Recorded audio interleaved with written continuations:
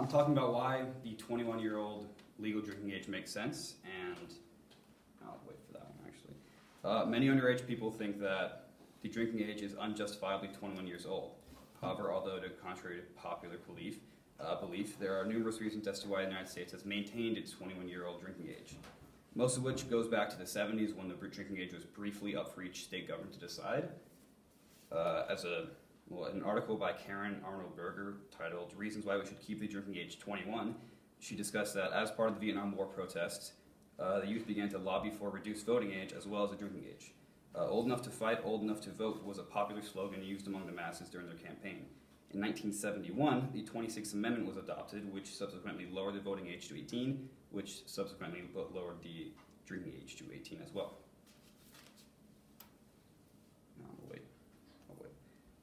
In Tom Alibrandi's novel, The Young Alcoholics, he discusses that between 1970 and 1976, 21 states reduced the minimum drinking age to 18, and 8 reduced it to 19 or 20. However, many of these states noticed a very quick increase in alcohol-related deaths among teenagers. Subsequently, of the 29 states that had previously lowered their drinking age, 24 raised it back to 21 between 1976 and 1984. Megan Abba's article on University Watch discussed that by the end of 1984, only 3 states permitted 18-year-olds to drink any type of alcohol. Those were Louisiana, Mississippi, and I believe Alabama as well. The rest had adopted a stair-step age requirement based on the type of alcohol being consumed. A large contribution to increased fatalities were kids traveling from their home state to neighboring states that had a lower drinking age. Similar things are being done now with legalization of marijuana in some states over others. And this resulted in intoxicated driving, which often led to injury or death. These are also known as blood orders. The federal government finally intervened after it was an increasing issue in 1984 when Congress enacted the National Minimum Drinking Age Act, which was put forth by the Ronald Reagan administration. This effectively gave the federal government control of the legal drinking age by threatening to take away 10% of the federal highway funds in states that did not raise the drinking age to 21. Kyle Rochot's article on University Watch titled "Current Drinking Age Reasonable, However Necessary Precaution." He's an LSU grad, which makes sense.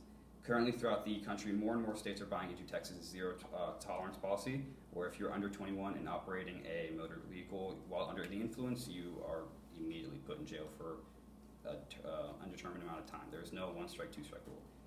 Louisiana was the most recent one to adopt this.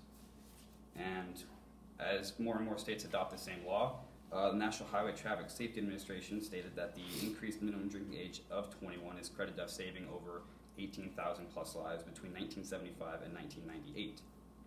Another study found that raising the drinking age back to 21 resulted in a net decrease of 19% in fatal crashes involving young drivers and is responsible for preventing upwards of 1,000 lives every year. Advocates for maintaining the legal drinking age remain in high consistency and come in all forms, whether it be medical professional, political leader, party lobbying for votes, or simply a concerned mother. All of these advocates utilize kind of the same federal and state legislation. That uses statistics that go back to the 70s and 90s, 80s, and 90s, when states had more power over the federal, well, not necessarily more power, but they had power over the federal government in some laws. And, these statistics showed before and after results and the science behind willfully exposing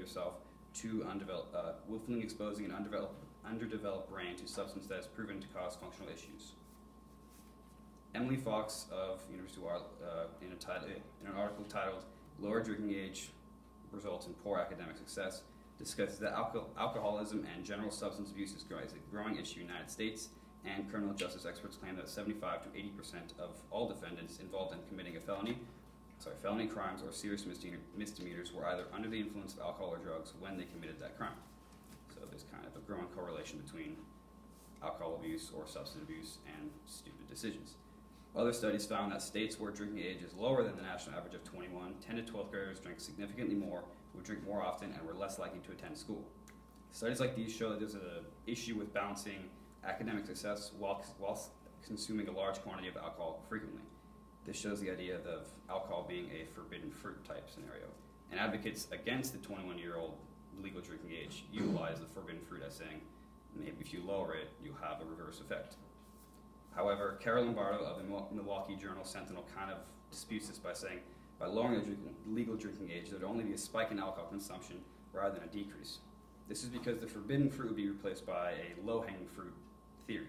The practices and behaviors of 18-year-olds would be passed down to 15-year-olds and so forth, or 16-year-olds, and the legal access of alcohol to 18-year-olds would prompt more opportunities for middle schoolers or freshmen, really, to obtain it.